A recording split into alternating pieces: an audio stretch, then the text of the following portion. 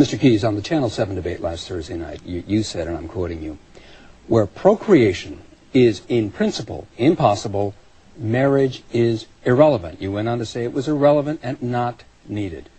What about marriage between people who are well beyond their childbearing age? Irrelevant, not needed? No, it's simply a misunderstanding. The word in principle means relating to the definition of, not relating to particular circumstances. So if an apple has a worm in it, the worm is not part of the definition of the apple. It doesn't change what the apple is in principle. So the fact... It retains its appleness. If it retains... it retains...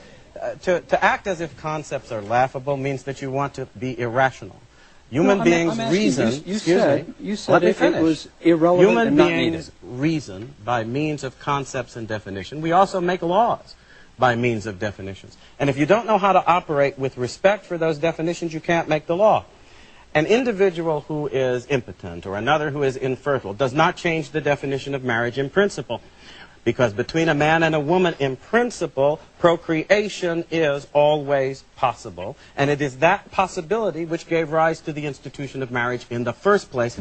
As a matter of law, as a matter of law possible in principle. But when it is impossible, as between two males or two females, you're talking about something that's not just incidentally impossible, it's impossible in principle. And that means that if you say that that's a marriage, you are saying marriage can be understood in principle apart from procreation. You have changed its definition in such a way as, in fact, to destroy the necessity for the institution. Since the only reason it has existed in human societies and civilizations was to regulate, from a social point of view, the obligations and responsibilities attendant upon procreation.